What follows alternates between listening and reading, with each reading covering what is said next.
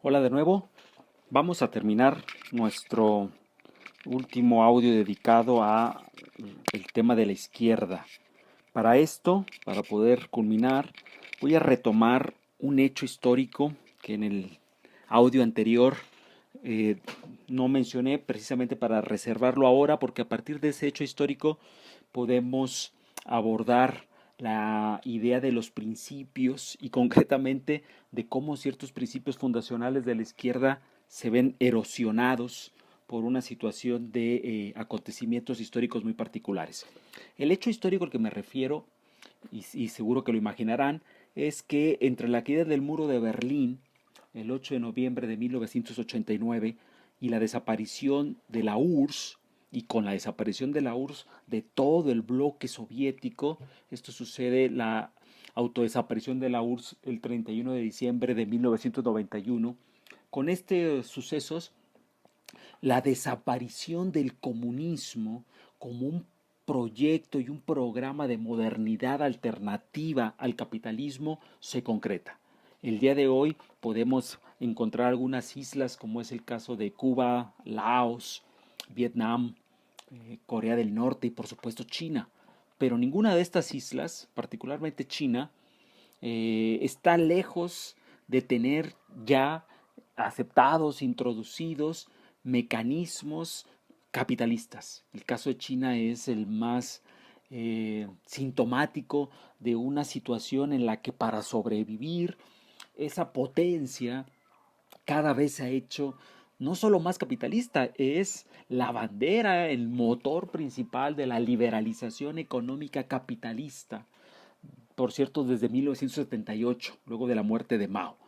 Eh, Eso que ya viene dándose desde los años 70, la crisis de los mecanismos regulatorios, la crisis de mecanismos de contención estatal que cada vez se van a ver más amenazados, desafiados, cuestionados por el avance de la liberalización. Liberalización económica es dejar atrás las regulaciones, dejar atrás los controles del Estado, que el mercado por sí mismo avance, se autorregule, la utopía de la autorregulación del mercado. Eso empieza a darse desde los años 70 y particularmente va a ser un contraprograma que va a ser muy alternativo ante la crisis del keynesianismo del que hablamos ya en el audio anterior. Eso por una parte, pero por la otra, la total desaparición del bloque comunista, repito, como un programa alternativo al capitalismo va a ser determinante, porque desde el fin de la Segunda Guerra Mundial hasta 1991 se va a dar ese fenómeno que se conoce como Guerra Fría.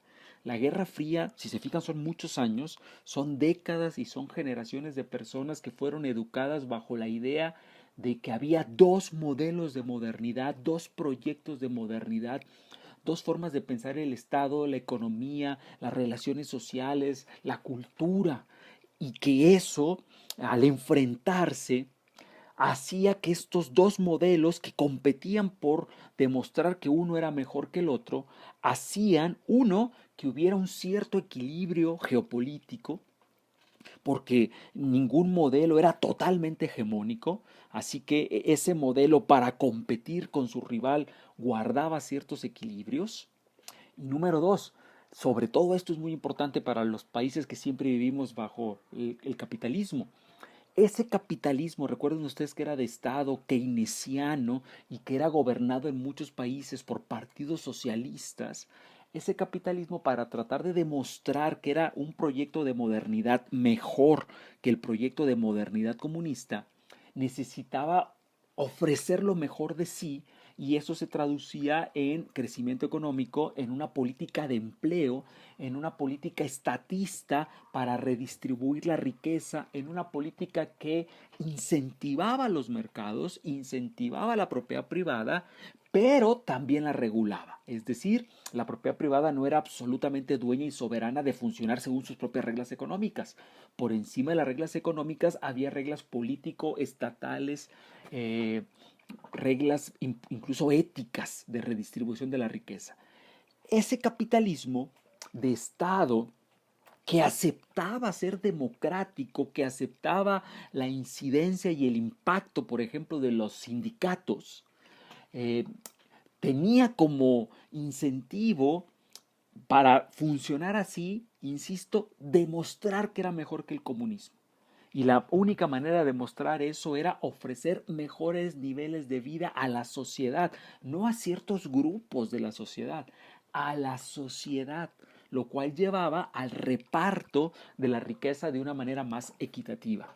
Ese capitalismo hacía eso porque además el comunismo en realidad hasta finales de los 60 va a ser un régimen con mucho prestigio, muy atractivo, va a ser la amenaza roja y evitar que mucha gente pensara en el occidente que el comunismo era una alternativa, insisto, hacía que el capitalismo ofreciera los rendimientos socioeconómicos que nunca ha tenido, salvo en esa etapa muy particular bajo la Guerra Fría. Cuando se acaba esa etapa que existía equilibrios y existían contrapesos entre las dos grandes potencias, entre dos grandes bloques, entre dos grandes proyectos, lo que va a suceder es obvio. Si todo lo que era el bloque soviético, que en los mapas estaba coloreado de rojo, empieza a convertirse al capitalismo, todos esos países, Albania, lo que el desaparecido Yugoslavia, la desaparecida Checoslovaquia, Polonia, etcétera, etcétera, todo el este, empieza a ser capitalista y empieza a reproducir la forma de vida del capitalismo, el capitalismo ya no va a tener ninguna razón para guardar equilibrios, para autocontenerse. Y además, recuerden un elemento anterior, si el propio capitalismo keynesiano estaba en crisis desde finales de los 70 y empezaba a ser sustituido por un nuevo capitalismo más financiero, desregulado, cargado a favor de los mercados, impulsado por la clase empresarial, un capitalismo muy antiestatista, un capitalismo anti-keynesiano, que se va a llamar neoliberalismo, ese capitalismo precisamente cuando se quede sin rival ideológico, ya no va a tener ninguna razón para apretar el acelerador y derechizar la economía hacia este modelo que hoy llamamos neoliberal. Esto es importantísimo porque va a cambiar el orden geopolítico, el orden internacional. Dejaremos de tener alternativas. Y al dejar de haber alternativas, insisto, el capitalismo no tendrá ya ningún reparo en llevar la economía hacia un lugar por encima de las regulaciones estatales. Esa ha sido la gran apuesta capitalista desde el siglo XIX, pero que fue detenida, fue contenida cuando en la posguerra y en la Guerra Fría la existencia de proyectos alternativos hizo que el capitalismo se autorrefrenara. Eso dejará de ser así. Entonces, imagínense un mapa que de repente tenía divididos los países entre los rojos y los azules, desaparecen todos los rojos y todo se va a entender ahora bajo los modelos capitalistas, que insisto, no es el capitalismo keynesiano que fue el que verdaderamente derrotó al comunismo, el que demostró que históricamente el modelo capitalista estatista era mejor que el modelo totalitario comunista, ese fue el capitalismo keynesiano. El capitalismo keynesiano era una economía mixta. Como su nombre lo dice, mixta, participan el Estado y los particulares. Los particulares siempre estuvieron en la economía porque el capitalismo es iniciativa privada. Se incentivó y se estimuló a los particulares. Pero en la economía mixta, después que los particulares generaran y tuvieran riqueza, existía por encima de ese criterio de mercado un criterio político que era la redistribución de la economía bajo un sistema fiscal muy fuerte que hacía que el pago de impuestos se tradujera en servicios públicos de calidad. Eso va a empezar a desaparecer, por eso hablamos de un capitalismo que va a pisar el acelerador. Desde muy principios de los años 80, cuando la llegada al poder en Estados Unidos de Ronald Reagan, cuando la llegada al poder en Inglaterra de Margaret Thatcher y cuando la llegada al poder en Alemania Occidental de Kohl, van a tener como punto en común que los tres creen que es el momento de recuperar el capitalismo estrictamente empresarial sin regulaciones estatales, y los tres, Helmut Kohl, Margaret Thatcher, Ronald Reagan, fíjense, estamos hablando de las economías más importantes del mundo, Estados Unidos, Inglaterra y Alemania, van a lanzar como bandera política acabar con los impuestos, bajar los impuestos a los empresarios, crear los estímulos para que las clases empresariales inviertan más, sacarles de encima las regulaciones del Estado, eliminar los sindicatos y las burocracias que empiezan a ser identificadas como parásitos. Y todo eso, simplemente, además de cambiar los modelos económicos, y ese es el gran éxito del neoliberalismo y la derrota de la izquierda, van a cambiar las tonalidades de la discusión. De repente, lo que se tenía por bueno, regular, limitar la concentración de la riqueza, tratar de redistribuir, crear una clase media más amplia, va a empezar a ser visto como obstáculos al crecimiento. Lo que hay que hacer, se va a plantear desde los 80s, es acabar con las paraestatales, privatizar todo, disminuir lo público, incentivar a los particulares, crear riqueza en la cúpula para que desde la cúpula haya un efecto que se llamaba de derrame. La creación de riqueza en los ricos hará que esta riqueza se derrame hacia las clases bajas y medias. Evidentemente eso no ha pasado así, pero ese fue el dulce envenenado con los que los neoliberales consiguieron cambiar la conversación pública. Entonces, este hecho, la caída del muro de Berlín, que se suma a lo que estamos viendo, a la crisis al keynesianismo y su relevo por el neoliberalismo, va a alterar concretamente el orden geopolítico, los modelos políticos, económicos, culturales y las ideas al respecto de lo que nos va a parecer atinado o no. En el caso concreto de la izquierda, fíjense los efectos tan tremendos que tiene esto. Número uno, cuando había un muro de Berlín, no había manera de confundirnos y de dudar si había izquierda, porque había 30 o más países que vivían bajo un modelo comunista que se identificaba claramente como de izquierda. Pero recuerden ustedes, como lo vimos desde el audio pasado, esa era la izquierda revolucionaria, bolchevique, la izquierda comunista. Quien quisiera ser izquierda de ese tipo tenía hasta 1991 un montón de países que practicaban una forma de vida radicalmente distinta a la que se practicaba en el occidente. Pero además, en el occidente, la existencia en el este de la izquierda comunista bolchevique no democrática permitía en el occidente, en Inglaterra, en Francia, en Alemania, en España, que existiera una izquierda democrática. ¿Por qué? Porque por un efecto de contraste, yo podía reivindicarme como izquierda democrática, moderada, parlamentaria, partidaria, porque existía una izquierda no democrática, revolucionaria, no parlamentaria, que era la del Este. En cambio, en el Occidente, y esto también es desde el siglo XIX, la llamada izquierda socialdemócrata podía tener un significado, un sentido, un contenido, porque se diferenciaba claramente de la izquierda no socialdemócrata y además se diferenciaba en el capitalismo de Estado de la derecha fascista totalitaria que había perdido, que era el nazismo y el fascismo, de la derecha extrema de mercado autorregulado, que era el neoliberalismo, que había nacido como programa en el 38, pero que había sido derrotada. Y al diferenciarse de yo no soy una izquierda neoliberal extrema derecha que solo quiere mercado, tampoco soy una izquierda fascista que quiere destruir la democracia, soy una derecha que en esos años se llamaba democracia cristiana, es decir, una democracia cristiana que juega las reglas del capitalismo, pero acepta que el capitalismo sea de Estado, es decir, acepta el keynesianismo.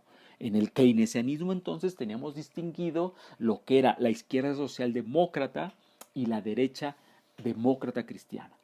Todo eso desaparece cuando cae el muro de Berlín, porque al caer el muro de Berlín y el capitalismo evolucionar hacia un capitalismo neoliberal, anti-keynesiano, fíjense lo que va a pasar.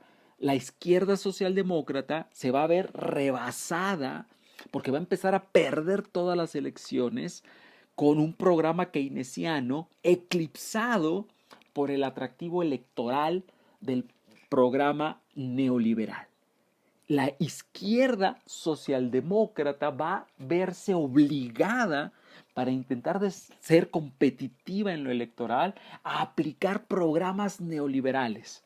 Eso tristemente se llamó en los 90 la llamada tercera vía, como en su momento le denominó un teórico sociólogo inglés y a la política lo llevó el tristemente célebre y poco recordado Tony Blair, que decía, a la izquierda nos estamos modernizando, pero esa modernización de izquierda era adoptar el programa de la derecha.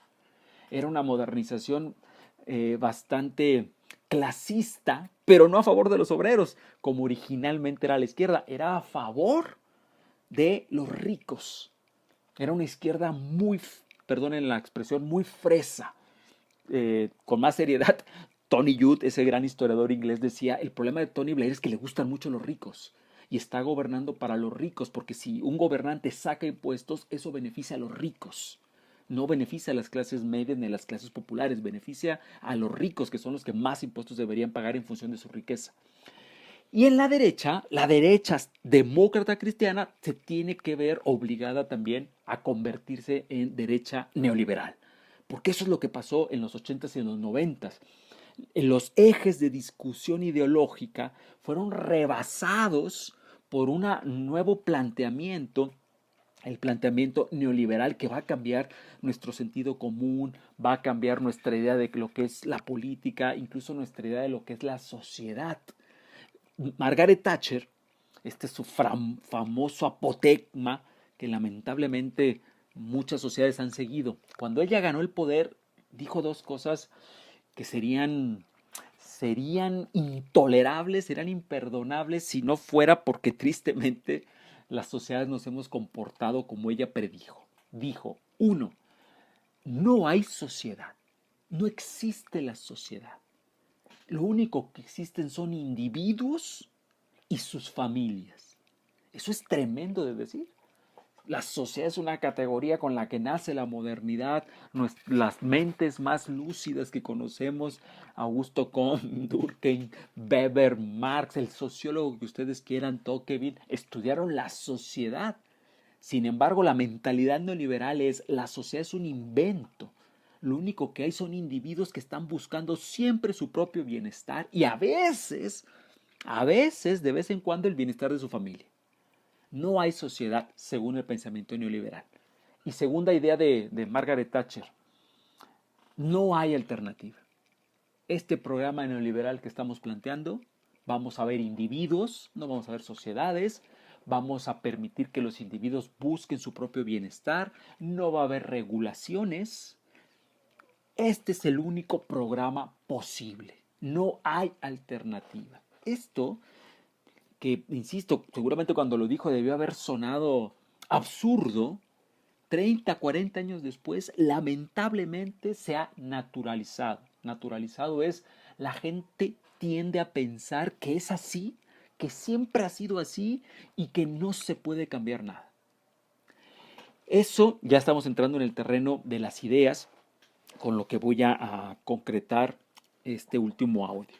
Vean ustedes cómo precisamente estos nuevos programas ideológicos neoliberales, hay que decir que el neoliberalismo es la ideología más exitosa en los últimos 40 años, impacta, afecta, disminuye mucho de la sustancia de los principios de izquierda. Por eso es que a veces nos preguntamos si acaso todavía la izquierda existe. Pero precisamente porque esos principios de los que ahorita voy a hablar son muy importantes, ahora es cuando es más valioso, más necesario un pensamiento de izquierda que consiga reequilibrar las cosas. Las cosas se fueron demasiado al mercado, demasiado una lógica estrictamente económica. Ahora se gobierna para satisfacer indicadores económicos internacionales. La mayor obsesión y el mayor temor de los políticos es que vayan a calificar como negativo las agencias económicas internacionales su manejo de la política. La política al servicio de la economía, pero no de la economía social, mixta, para todos los sectores. Estamos hablando de la economía de los grandes empresarios, de las grandes multinacionales, que son las que básicamente influyen en esas casas internacionales de evaluación. La política al servicio de la economía, ese es un síntoma de cómo nos fuimos a un exceso que privilegia el mercado y que ha sacado donde antes había criterios políticos y sociales por encima de los económicos, los ha sacado de ahí, los ha rebajado, pero no por casualidad, sino porque es un principio del neoliberalismo, que la libertad económica no se vea regulada, disminuir los impuestos, privatizar todo lo que se pueda, son principios, no es casualidad. ¿Por qué pasó esto en Argentina? ¿Por qué pasó en España? ¿Por qué pasó en Inglaterra? ¿Por qué pasó en Alemania? ¿Por pura casualidad? No. Son un programa claramente establecido y que estamos ahora viendo sus efectos. Precisamente por sus efectos desastrosos, es importante recuperar algunos mínimos principios de la izquierda sin importar, o más bien teniendo conciencia que precisamente estos principios ahora están de capa caída. Pero precisamente porque ahora están de capa caída es cuando es más necesario repensarlos para ver si con estos principios se pudiera reequilibrar lo que actualmente es un gran desequilibrio entre la política y la economía. Primer principio, obvio, muy obvio, es un principio de izquierda, no de derecha. La idea de la igualdad universal. Una cosa que va a distinguir al pensamiento de izquierda del pensamiento de derecha, y tiene que ver con que sencillamente hay gente de una manera y de otra. Hay personas que piensan que todo lo que nos hace desiguales o es natural, natural es así lo quiso la naturaleza o incluso así lo quiso Dios para las personas que son creyentes, o que creen que la desigualdad se debe a que los que se ven beneficiados por la desigualdad es que son más inteligentes, es que trabajan más, es que se han esforzado y sacrificado más. Esa es una idea de la derecha a favor de la desigualdad. ¿Por qué la derecha mantiene esto? Porque la derecha era el pensamiento, recordemos que esto empezó con la Revolución Francesa, que al estar a favor del statu quo, estaba a favor de todo lo que se llamaban los privilegios. Privilegios en función de ciertas distinciones, insisto, fueran naturales, fueran religiosas, incluso fueran de etnia, de raza, o en este caso de esfuerzo, la gente tiene que obtener y recibir cosas diferenciadas. Por lo tanto, no podemos ser iguales de manera universal ni ante la ley. Hay otras personas que fueron aquellos revolucionarios franceses que pensaban que las desigualdades, esto, que hubiera burgueses, aristócratas, el llamado primer estado, el segundo estado, el clero, el estado llano, estas diferencias que eran estamentales, no eran naturales, no las quería ningún dios, ni estaban basadas en que uno trabajara más que otro, sino que estaban basadas en diferencias sociales. No es lo mismo decir esto es social a natural. La diferencia es que si es social, es creado por el hombre, es arbitrario, es el resultado de ciertas medidas y no de otras. Quienes piensan que las diferencias son más sociales que naturales son las personas que pronuncian el valor de la igualdad, que están a favor del valor de la igualdad política. Ojo con esto, no hay que confundirlo. Político quiere decir que todos seamos iguales ante la ley, que independientemente de todo lo desiguales que somos en la realidad, por la altura, el color de la piel, la etnia, la lengua, los gustos, los talentos, hay un montón de cosas que nos hacen desiguales. Pero que no obstante eso, ante la ley, el Estado nos debe tratar como si iguales fuéramos, aunque no lo seamos en realidad. Es un principio absolutamente revolucionario, abstracto, incluso basado en una ficción, porque siempre hemos sido desiguales y siempre lo seremos. Es un principio, insisto, a favor de la igualdad, no del igualitarismo. Nunca se planteó que todos ganemos lo mismo, que un gran cirujano y una persona que no quiso ir a la escuela ganen lo mismo. Eso no es así. Estamos hablando de igualdad política ante la ley. Insisto, la gente de derecha, hasta el día de hoy, hay mucha gente que aboga por tener tratos diferenciados, porque yo pertenezco a tal familia, porque yo soy de los que trabaja más, porque yo soy más inteligente. Ese tipo de apelaciones a un trato diferenciado y privilegiado es una demanda de derecha. Contra el privilegio, la izquierda lo que pone es derechos universales. Segundo principio de izquierda, libertad. La libertad, piensa usted en la Revolución Francesa, libertad, igualdad, fraternidad. Eh, Libertad, en este caso para la izquierda, quiere decir emancipación. Tratar de llegar a una sociedad donde la gente no viva bajo relaciones de explotación.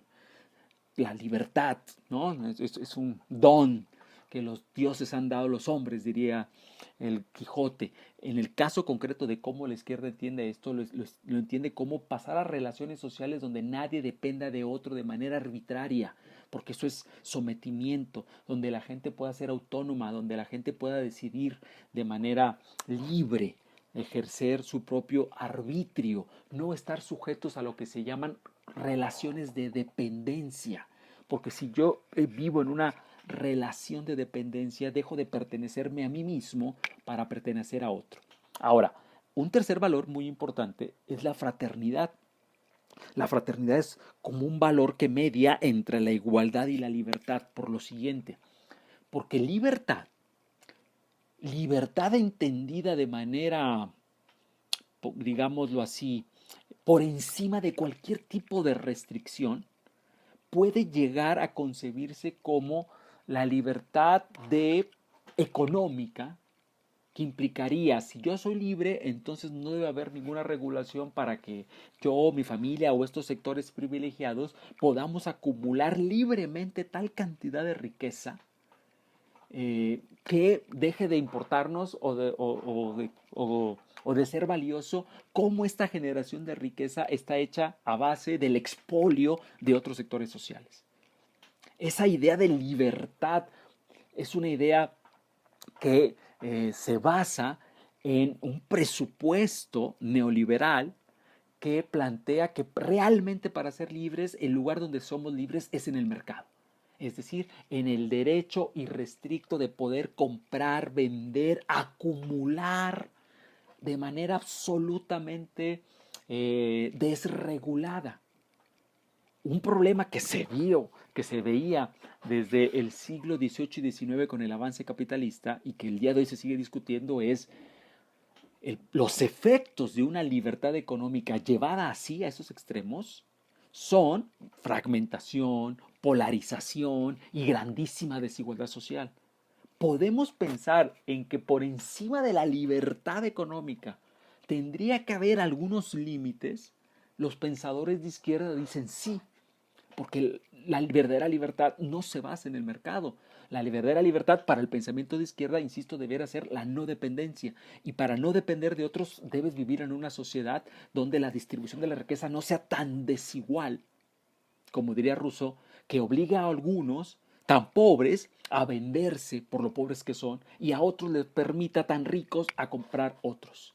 Entonces, la fraternidad o solidaridad es un valor que se intenta establecer como un equilibrio entre la igualdad y la libertad.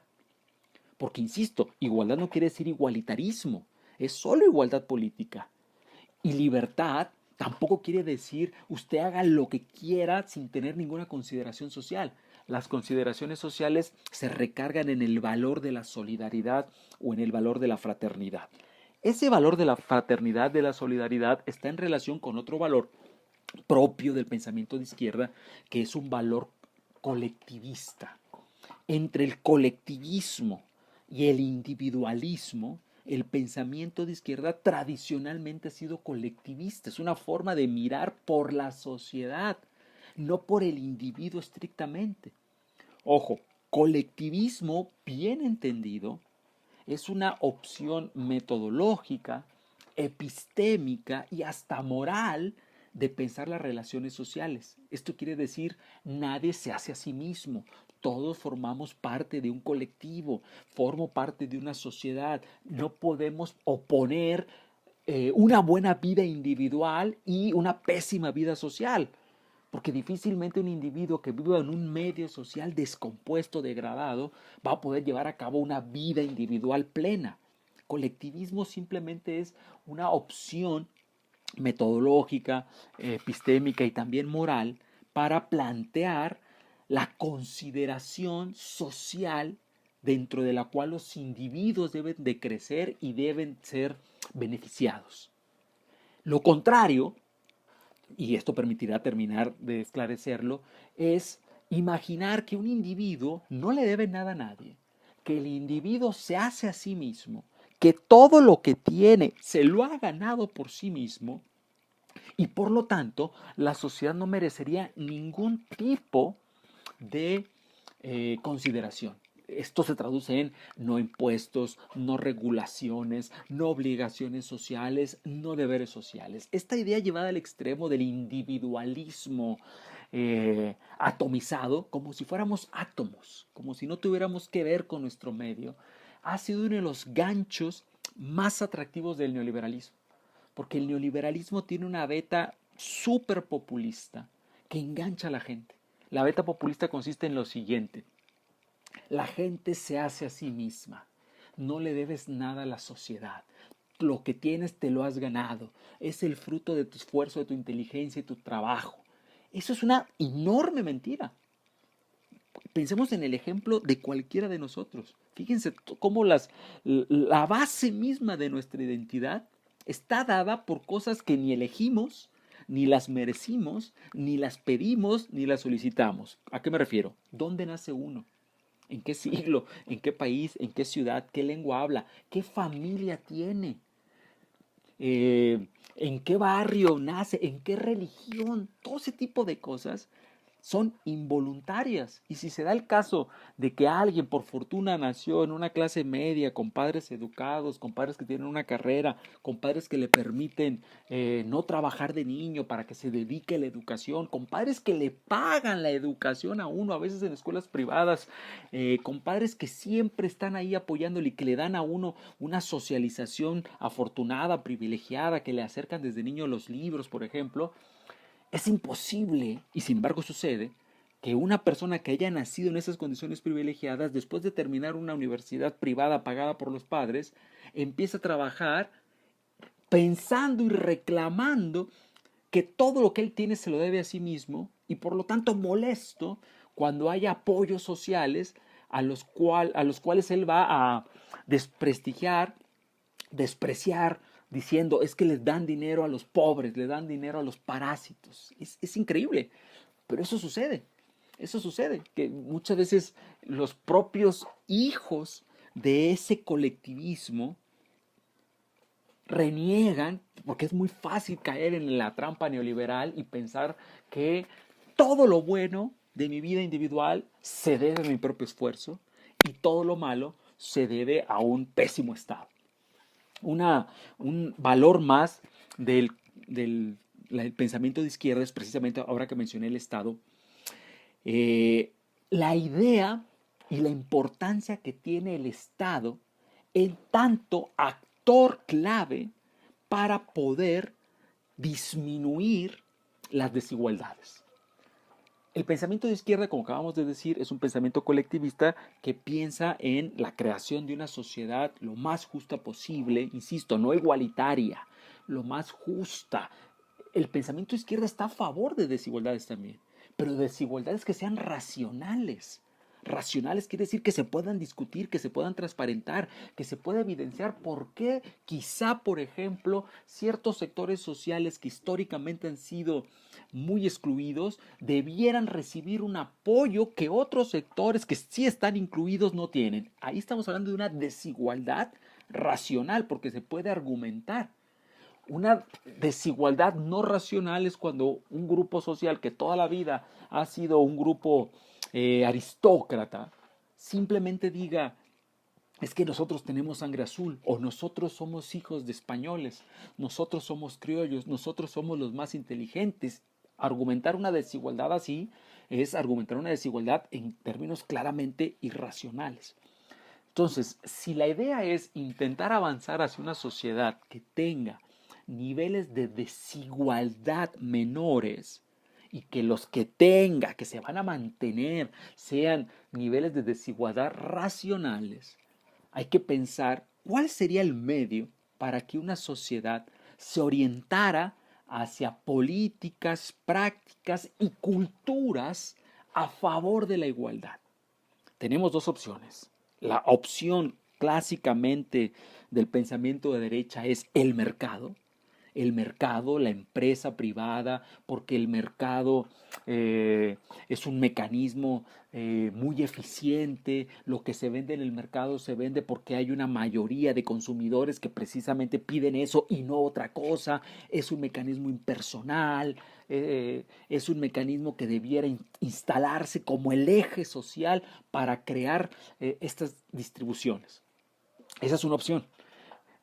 Con el mercado, por cierto, también cierto pensamiento de derecha e incluso también cierto pensamiento de izquierda plantea que con el mercado podríamos hablar también de la sociedad civil, como si la sociedad civil fuera una cosa armónica, homogénea, cuando en realidad pues es como toda sociedad moderna, abigarrada, diferenciada, contradictoria. Ok, pero ha habido otro elemento históricamente, que es el elemento que privilegia a la izquierda, porque se da cuenta que ni el mercado ni la sociedad civil invocada, así como varita mágica, reducen desigualdad, al contrario, la expanden. El otro elemento, el otro actor, el otro eje es el Estado. El Estado entendido como un Estado universal, burocrático, impersonal, formalizado, moderno. Insisto, esto hay que pensarlo así porque cuando yo digo eso no puede uno pensar inmediatamente el Estado mexicano. No, el Estado mexicano es una creación concreta, empírica, que no ha terminado todavía de cumplir con estas características que les acabo de mencionar. Burocrático, universal, impersonal, meritocrático, Estado de Derecho. En los lugares donde la desigualdad disminuyó de manera muy notable en la posguerra, la clave fue la construcción de un Estado que crea políticas universales. Esa es la clave. Políticas universales son políticas que le dan a los ciudadanos derechos universales. El mercado no crea eso porque el mercado lo que crea son políticas en función de los recursos económicos que tengan los ciudadanos. No puede dar políticas universales porque precisamente lo que ofrece es cosas satisfactorias en función de distintos bolsillos. La educación, si usted quiere una educación donde su hijo sea políglota, pues mire usted, yo le ofrezco esta educación privada, es carísima. Solo algunos sectores van a poder pagar eso.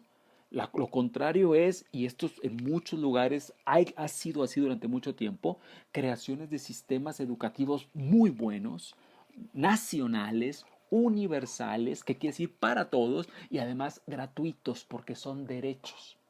Lo mismo pasa con el tema de la salud. Vean aquí cómo se distingue claramente lo importante que es el Estado. Si uno tiene claro que es muy importante un sistema de salud universal, gratuito, nacional, eso no lo pueden crear los particulares, solo lo puede crear el Estado. Si uno piensa que eso no es importante, sino que la salud es un bien de mercado, y como bien de mercado va a haber desde la salud 1 hasta la salud 10 en función de cuánto usted esté dispuesto a pagar. Ah, entonces si es un bien de mercado, se lo dejamos a los particulares. Esa es la propuesta neoliberal. ¿De acuerdo?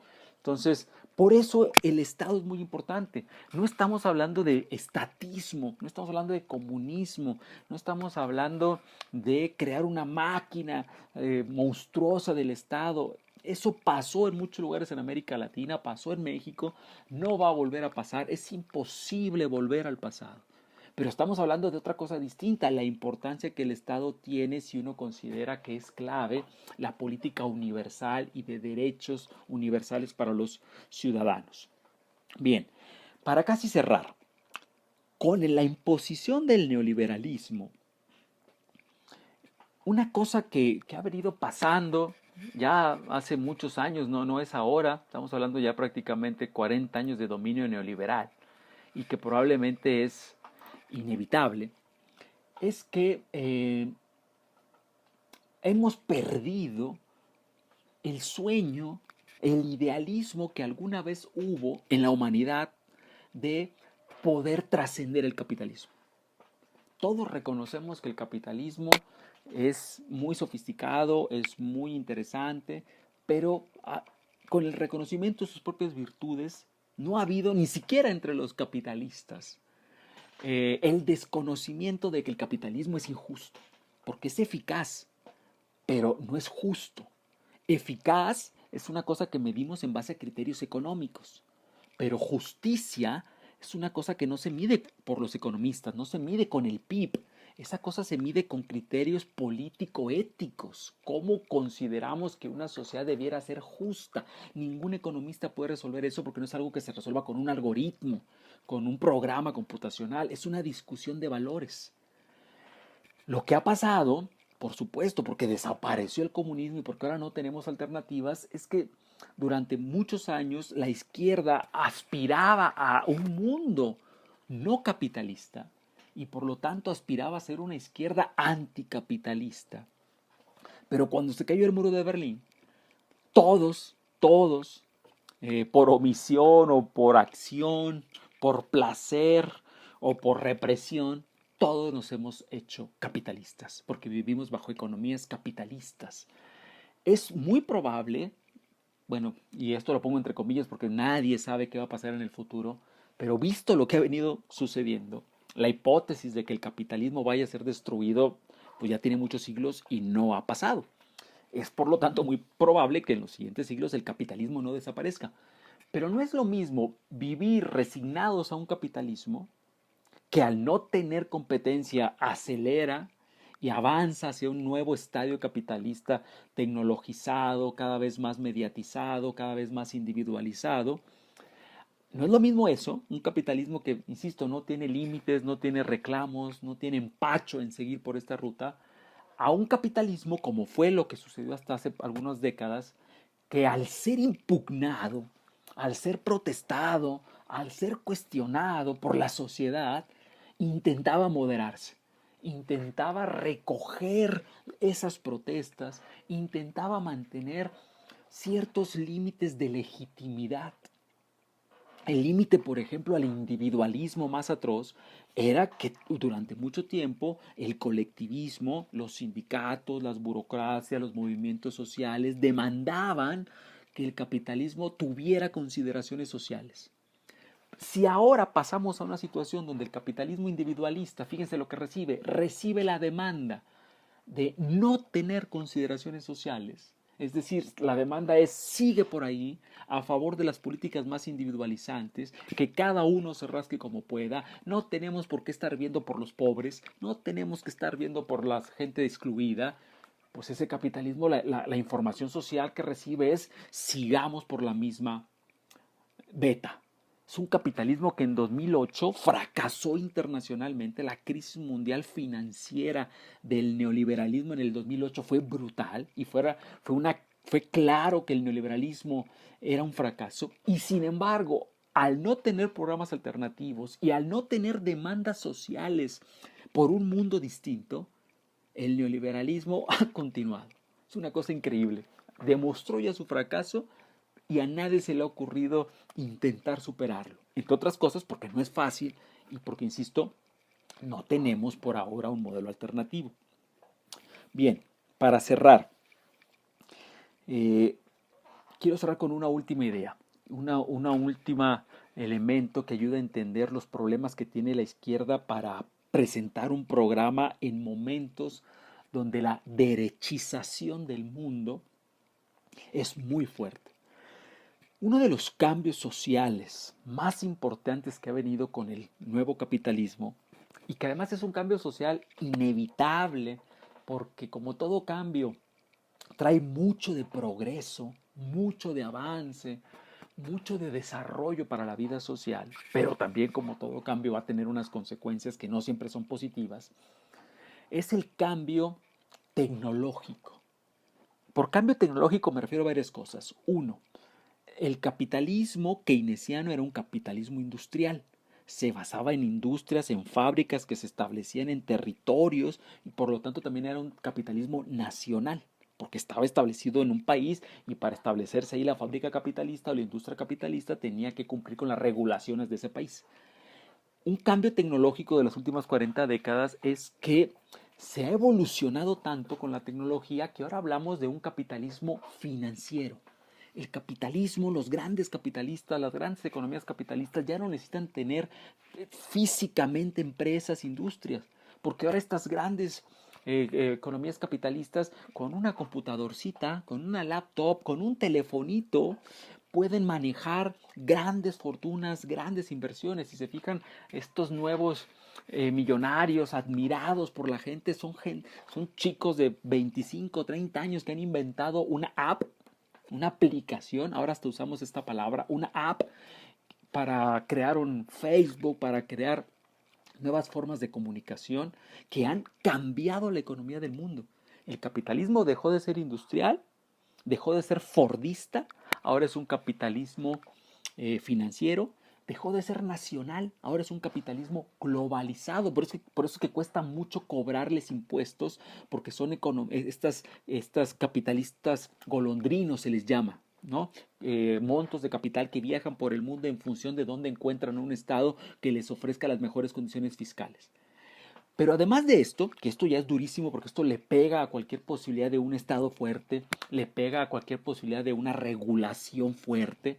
Además de eso, otra de las muchas, solo voy a mencionar 2 o 3 dimensiones del cambio social, es que eh, con estas nuevas economías, el sujeto históricamente teorizado como el sujeto de la revolución y del pensamiento de izquierda, que era el obrero, la clase social, se ha visto fragmentada, disminuida, porque los empleos ya no nacen en esas grandes empresas, en esas fábricas que permitían a su vez el nacimiento de la cultura obrera, de la sindicalización, de la creación de lazos comunes, de la identificación de toda esta gente como una clase social. Ahora no es así. Las economías avanzaron a lo que se llaman economías de servicios, economías de las competencias, donde trabajar, por ejemplo, en una multinacional como Walmart lleva implícita la prohibición de no crear sindicatos y por lo tanto la imposibilidad de crear clase social, de recrear una cultura a partir de las afinidades de los trabajadores. Esto ha permitido incluso que muchos sociólogos, yo creo que de manera muy exagerada, hayan planteado incluso la hipótesis de la desaparición de las clases sociales. Esto es tremendo, porque, insisto, la izquierda se ha quedado sin ese sujeto social que antes estaba claramente definido, estructuralmente delimitado. Esto es un cambio muy desafiante para la izquierda. Sumado a ello, el cambio social tiene otro efecto. Muchos de los grandes avances tecnológicos, los más comunes, los que tenemos todos en casa, los que tienen los niños desde ahora, desde los 2 3 años, piensen en los telefonitos, son elementos que claramente favorecen la individualización. Todos hemos visto la escena, una pareja o incluso una familia en un restaurante, 4 personas, 2 personas, 6 personas, y todas estas personas están viendo un teléfono. Es interesantísimo porque salen a comer, pero nadie se ve a sí mismo, nadie se platica a sí mismo. Todos hemos visto en un vagón del metro, atestado con 50, 60 personas, a alguien en un teléfono hablando en voz alta y diciendo cosas que para nuestros padres y nuestros abuelos habrían sido secretos inconfesables. Y que precisamente por consideración a lo social, uno se lo guardaba. Por consideración a lo social, las abuelas nos decían, en la calle te pones la ropita mejor presentable que tengas, pero cuando vuelvas a casa inmediatamente te pones la ropa de casa, porque era un homenaje que se le prestaba a lo social. Ese individuo formaba parte de un colectivo mayor llamado sociedad. Este telefonito desaparece de la sociedad. La gente es capaz de estar en un vagón y no escuchar lo que está pasando alrededor con 50 personas porque está inducido en una cuestión estrictamente individual. Los cines, los cines, en su momento los cines eran unos teatros que vendían entradas diferenciadas por clase social, porque en función del precio, cierta clase social iba a un lugar. La entrada más cara, evidentemente, no la pagaba la clase social más baja. Y eran unos bodegones, aquellos teatros donde podía haber 5,000 personas. Hoy día, en un telefonito, en una laptop, en un iPad, podemos ver una película de Netflix estrictamente individual. Ya no hay aquella... Cuando uno iba al cine en colectivo, se decía que lo mejor de la película era lo que venía después, que era la charla, la conversación con el grupo de amigos, con ese colectivo donde se llevaban a cabo discusiones. Bueno, eso hay otro ejemplo. Estos avances sociales desmaterializan la vida social. Desmaterializan quiere decir no es necesario ya la materialidad de ir al cine, de pagar una entrada, de encontrarse con gente, de ocupar una butaca, porque individualmente puedo acceder a lo mismo. Ahora mismo, con toda esta situación de la pandemia que estamos viviendo, pues el más claro ejemplo es de la desmaterialización, es cómo las relaciones sociales han tenido que evolucionar, algo que ya estaba ahí, pero que ahora más gente nos vemos obligados a emplear, que son estas relaciones virtuales. Muy bien, entonces, dada esta situación, creo que queda muy claro cómo los cambios sociales de los últimos 40 años, históricos, políticos, sociales, tecnológicos, las coyunturas que he intentado repasar, conforman un ambiente que hace muy comprensible por qué la izquierda se ve muy difuminada, por qué la izquierda se ve muy confundida, por qué la izquierda básicamente se ve rebasada por políticas económicas, sociales, culturales de derecha.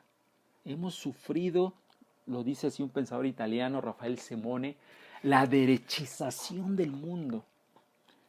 Un escritor argentino, un literato, dice, que a lo mejor un poco exagerado, pero me gusta la idea porque es provocadora, que es más natural que todos tengamos dentro un personaje de derecha, un fascista ahí, en tamaño diminuto. ¿Por qué? Él se refiere un poquito, quizá insisto exageradamente, porque dice, nos sale de manera más natural preocuparnos solo por nosotros y a lo mejor por nuestra familia a veces. Y eso es claramente un pensamiento muy cerrado, muy confinado, que podemos pensar como de derecha.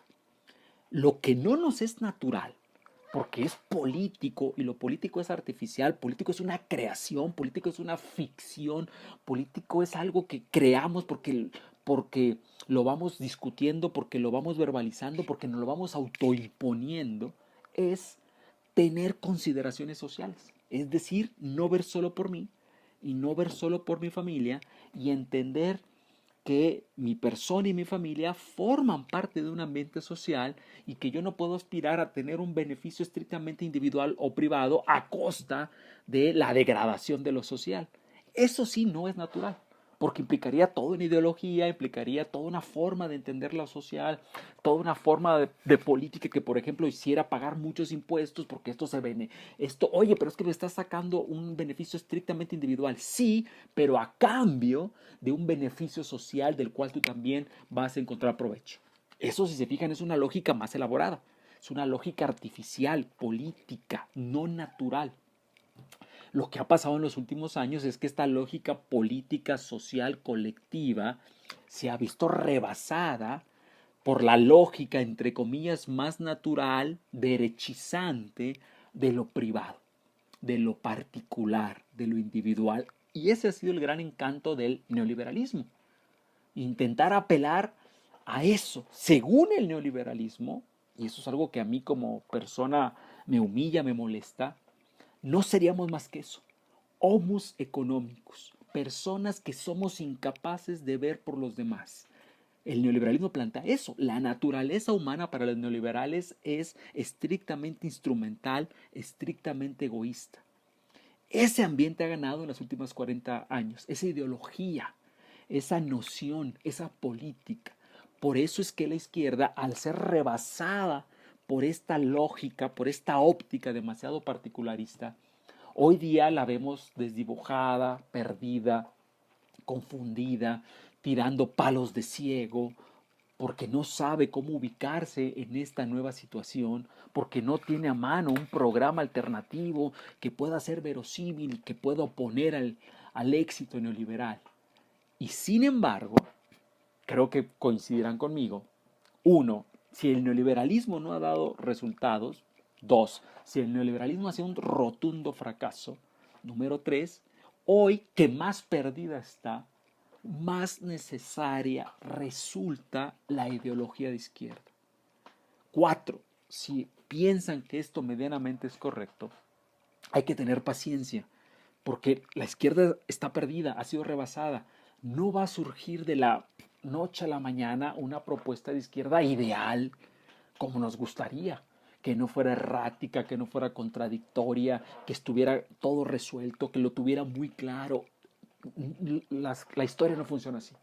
La historia se hace a base de accidentes, buenas ideas, malas ideas, imprevistos, contradicciones. Ahí donde la izquierda se mueva, primero habría que celebrar que todavía se mueva. Y número dos, habría que esperar que no se mueva y que inmediatamente tenga una propuesta no contradictoria, clara, sin ninguna ocurrencia, debidamente probada. Eso es imposible, eso sería, sería exigirle peras al olmo. Habría que tener paciencia y confiar en que alguna vez, como ya pasó, las sociedades se rebelaran contra las consecuencias sociales del mercado, contra consecuencias sociales de un mercado desregulado y volvieran a exigir criterios políticos y criterios éticos por encima del mercado. Si volvemos a apelar a criterios políticos, estatales, colectivistas y éticos, estamos apelando a la izquierda. Porque ya vimos que ni lo político, ni lo ético, ni lo colectivista viene de la derecha. La reacción al particularismo y a la naturalización de lo individualizante que es la derecha es la creación política, la centralidad del Estado, el llamado a criterios éticos redistributivos por encima de los criterios eficaces económicos. Lo que quiero terminar diciendo es que sería muy difícil que esa izquierda volviera a ser importante, volviera a resurgir, volviera a ser central, si no es a partir de un reclamo de la sociedad. Así como la sociedad lleva 40 años reclamando programas neoliberales de derecha, no es imposible imaginarse que alguna vez nos cansemos de ver cómo el neoliberalismo eh, no cumplió sus promesas y eventualmente alguna vez, fracaso tras fracaso neoliberal, vuelvan estas consideraciones sociales, colectivistas, estatales, a tener la importancia, se traduzcan en un reclamo de la sociedad y eso haga que los actores político-partidarios recuperen y vuelvan a darle importancia al programa ideológico de izquierda que sin lugar a dudas hoy es más necesario que nunca. Pues bien, hasta aquí. Ojalá esto no solo les maree, sino que les sea útil. Les mando un saludo. Que estén muy bien. Gracias.